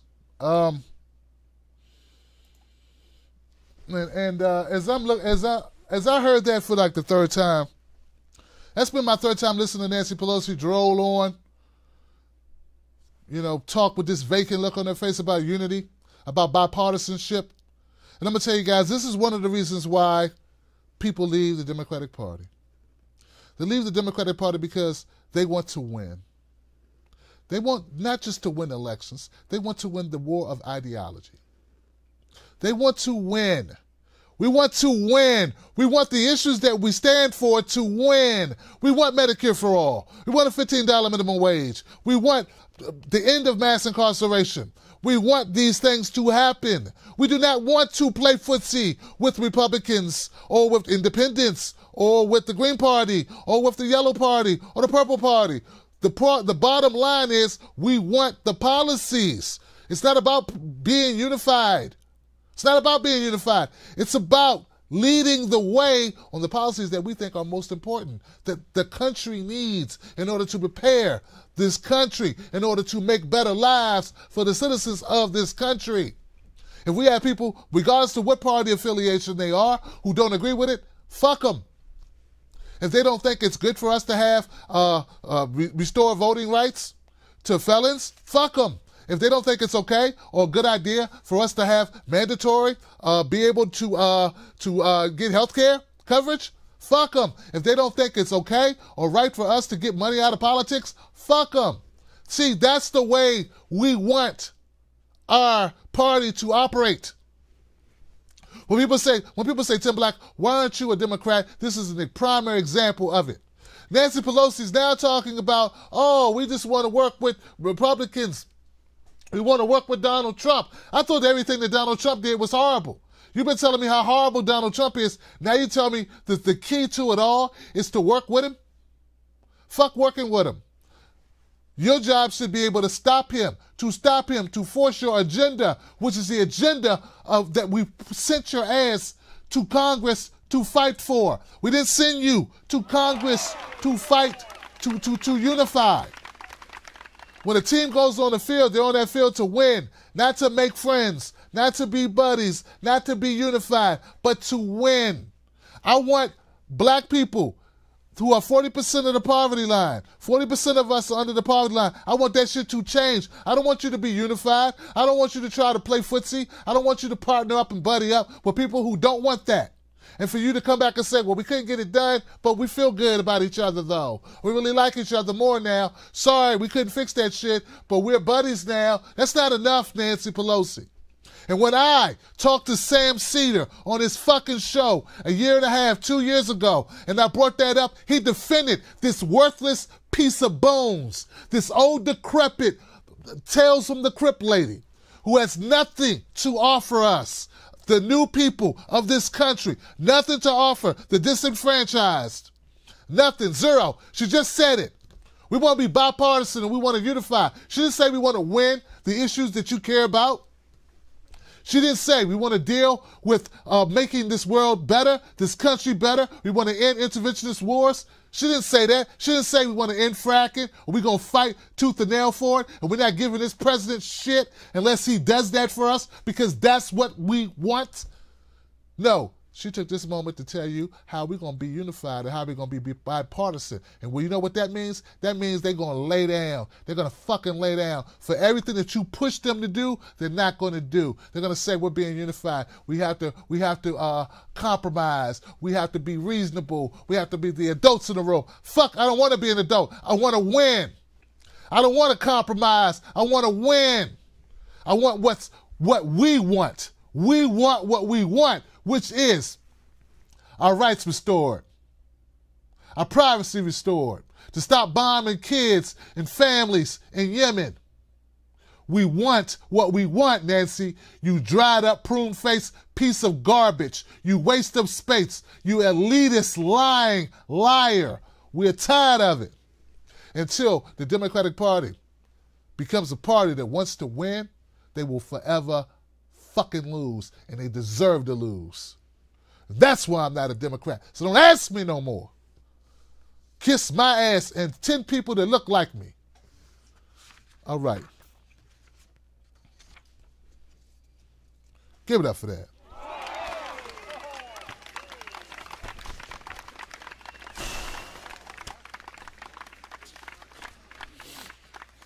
All right, so there were a couple other things that happened. I mentioned one of them. That was the ballot initiatives of the voting rights. They're in Florida. That's a big deal. They say 1.4 million people in Florida who have felonies, convictions on their record, will have their voting rights restored. Give it up for that.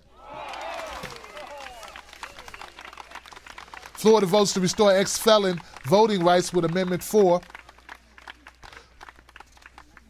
Black people who are disproportionately arrested and incarcerated will benefit the most.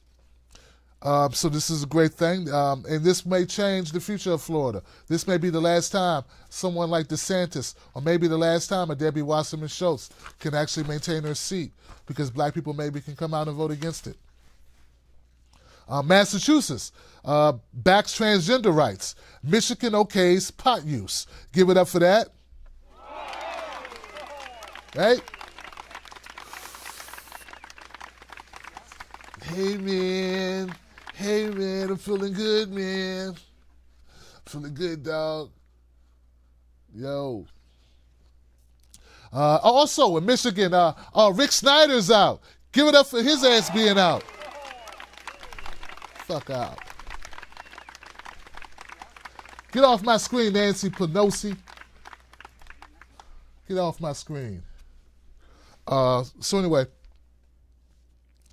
Michigan voters made their state the first in the Midwest to legalize recreational marijuana by passing a ballot measure that would allow people 21 years or older to buy and use the drug.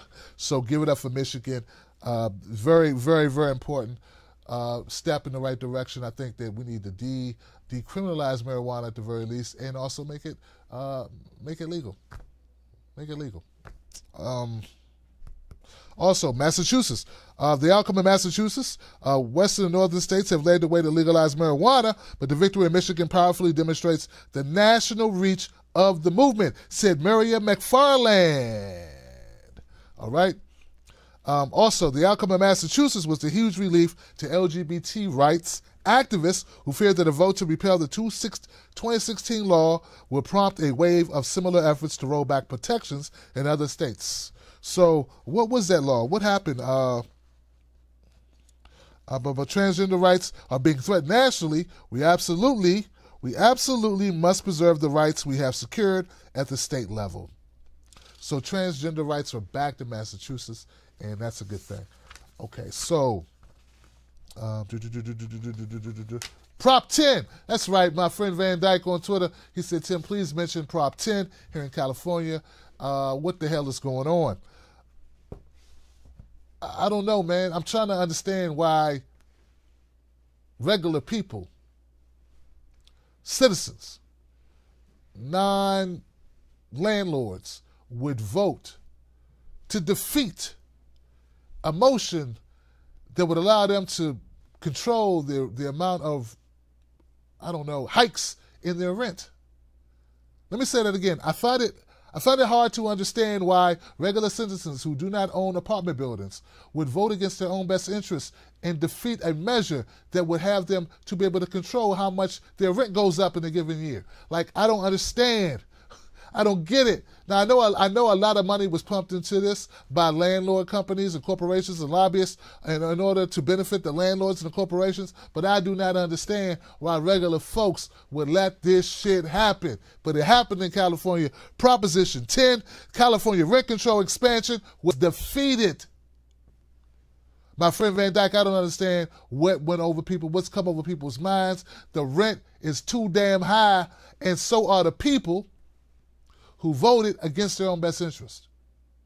It doesn't make sense to me, man. Maybe you can make it make sense. It don't make sense to me, bro. I don't understand it. I don't get it. I don't get it. I didn't know I couldn't do that. Look, guys, I want to make sure I hit everything. This was a marathon sort of a show. We've touched on a lot of issues.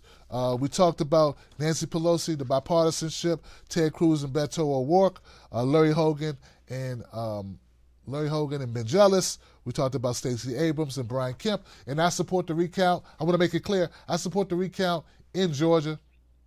Okay? I support all recounts.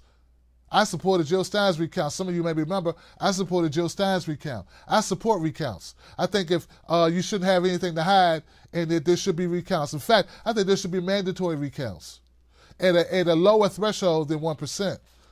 That's what I think. And they should have to produce the ballots. I mean, have we learned nothing? Have we learned nothing? Nothing? All right. We also covered Elizabeth Warren winning her election, Bernie Sanders winning re-election as well, Andrew Gillum and DeSantis, we covered that. Also, one announcement. Here we go. I'm glad I went over this. One announcement. A friend of mine contacted me. Andrew contacted me. He was with the Ohio Green Party. He says that unfortunately, the Green Party in Ohio may have lost its political party status, due to the lack of votes that they were able to garner in this past election. And it's not just the Ohio Green Party. It's also the Arizona Green Party, the Indiana Green Party, the Minnesota Green Party, and the Utah. All may have lost ballot access because they did not get or were not given the requisite base percentage of votes in order to secure that designation. Do you understand what I'm telling you? This is the type of thing that so frustrates the hell out of me. I'm sure it frustrates the hell out of a lot of you. Okay? This is the reason why I said we got to support third parties. When I voted yesterday, I did not vote all Democrat. I voted for some Green Party members, and I even voted for a Republican. You know why? Because I don't like Steny Hoyer. Steny Hoyer is a backroom dealing, dirty son of a... You finish the rest. There's a couple other people there I wasn't sure about. But I did vote for a couple of Green Party, non-party affiliates, independent people, because I am not tied to a party. I am not tied to a party. I'm tied to my own truth. I encourage you to be the same way. Walk in your own truth. It will make you stronger, right? You can look yourself in the mirror and say, hey, I like this guy. This guy doesn't just go with the pack because the pack said do it. This person I'm looking at does not fold to peer pressure. Did not get into groupthink, thinks for himself, is a true independent thinker. It's not being used by any party. I do what I do because I choose to do it. If I don't feel good about it, I don't do it. This is my life to live. This is my vote to wield as I choose. And before I let you go, guys, I want to thank you one more time for tuning in. There's been some argument between a couple of people, certain groups on the internet about voting. This conversation happens during general elections and during midterms. Every couple of years, this is what happens. It'll be someone saying, you got to get out and vote. You got to vote, vote, vote. And there'll be somebody else saying, voting is for suckers. Voting is lame. Voting is just a way to use you and manipulate you into thinking that you have choices. Both sides can make their points. Both sides make their points. I choose to vote because I believe that the problems that we have in this country are so big that we need politics to help fix them. I don't think that politics is the only way to fix them. And I think our political system is set up in such a way as to disenfranchise people on purpose. But I do believe that there is some validity in voting. I do believe that. But would I shun a person for not voting? No, but I would encourage them to vote. I would encourage them to be politically engaged. But I would tell you that just casting a vote and then going back to sleep, that ain't going to get it done. You need to be engaged. If you got time to watch, to binge watch Game of Thrones or The Walking Dead, you got time to be involved politically. It ain't that hard. You got time to pick up a book or pick up a magazine or keep track of the news or know what initiatives are going on. Or you got time to consume some political information. You maybe even had time to volunteer to do some stuff. See, I don't think that's enough. I don't think voting is enough by itself. I think we have to do more. I think we all should try to do more. But I would not demonize a person who felt like they don't want to do that. I am disappointed. I wish you would. But I'm not going to demonize you for it because you're right. The system is jacked up. And all my talking in the world ain't going to change that. It's not going to change how you feel. All I'm going to tell you is that there are reasons to vote. There are things in your local communities that need to be fixed. And they ain't going to be fixed just because you sit in the house mad or because you like playing, I don't know, Fortnite. Playing Fortnite ain't going to fix the fact that the traffic light broke. Playing spades on the weekends, drinking beer or whatever, I don't know what you do, that's not going to change. Or drinking wine at brunch is not going to change the school system. So anyway, I'm just keeping it 100 with you. So anyway, that's the way I feel about it. I'm Tim Black. Contact me at Tim at Tim Black TV, Tim at Tim Black TV, Tim at TimBlackTV.com. That's how you reach me. Become a member of my Wolf Pack. I love my Wolf Pack, all my Wolf Pack members. We are on Facebook today because frankly, guys, I wanted to make sure I reach as much people as possible with this story, with the issues in the election breakdown. I think it's important. I think that my point of view is different. It's not like everybody else's. I don't watch other people to find out what I'm going to say or how I'm going to feel or what information I'm going to give out. I do the best to do my own analysis, my own investigation, and give it to you raw how I feel. So that I want more people to hear that, more people to know my message. So thank you all, the people that support this show, support what we got going on. I'll see you again very soon. We got more content coming your way. I also joined a new partnership with a great coffee distributor that's very ethical. I'm very excited about Cafe du Parecio. Very happy about working with them. I'm on Roku. So guys, go to Roku, look up TimBlackTV.com. Also, you can become a member here on YouTube as well as on Patreon. I love you guys. I'll see you soon. Shout out to all my people who supported the show tonight. You guys are amazing. I want to make sure I shouted out everybody. Giovanna just became a member. Thank you, Giovanna. I appreciate you, sis. Did I get everybody, guys? Did I get everybody? I hope I did. If I missed you. Carrie Holder's in the house. What's up, Carrie? She says, they only give us dinosaurs to vote for in California. Well, that's a damn shame, Carrie. That's a damn shame, Carrie.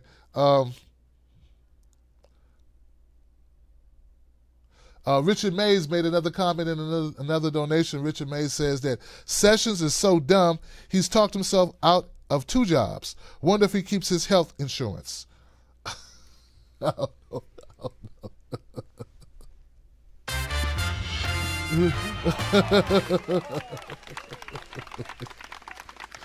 Oh no, man.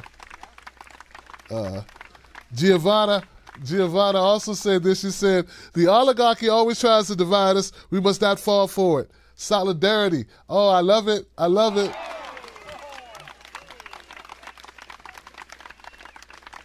I love it. Yeah, we should have solidarity. But I'm going to tell you something, guys. Real solidarity is real honesty. Real solidarity is honesty. It's not me biting my tongue, right?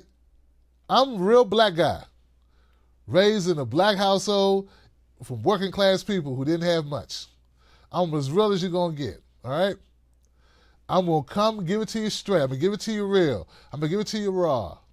I'm not going to sugarcoat it for you. We're going to keep it real. I'm going to be the black friend to my white people who is like, damn, that's a real black guy. Not a fake black guy who never date black women, who don't hang out with black people. No, I'm a real black guy. I'm a real deal. I'm authentic. That's who I am, okay?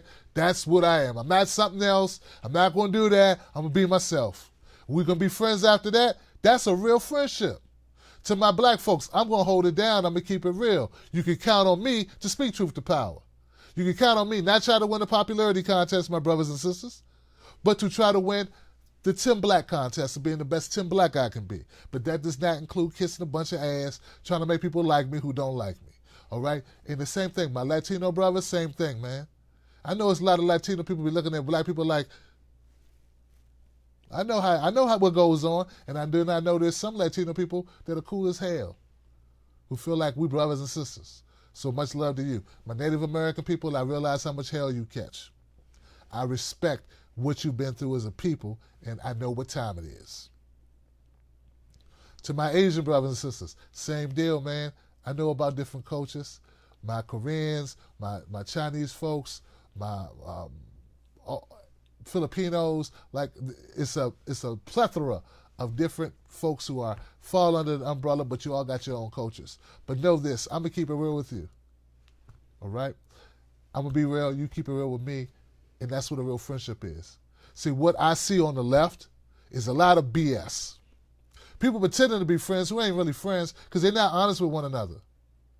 We got black guys with a bunch of flags on their background, pretending like they're just trying to make white people think they like them, or they like me, white people, please, like a bunch of bullshit. We don't do that kind of ass kissery here. All right? I'm here to fix this country. I'm here to fix the world. I'm here to lead the world in a better position than it was when I came here. I want to lead the world in better shape. I want the world to be better that I lived, not just that I live better. You understand what I'm saying? It's a difference. It's a difference. We got different objectives. They may say more of what you want to hear, but they don't mean better. They just want to live better. There's a difference. I'm willing to live less good to do more good. That's what we're about. So anyway, guys, I love you. I'll see you soon. Stay positive. Keep your head up. Keep your head up. Tim Canova, I got your back. Contact me, and I'll see you on the next one.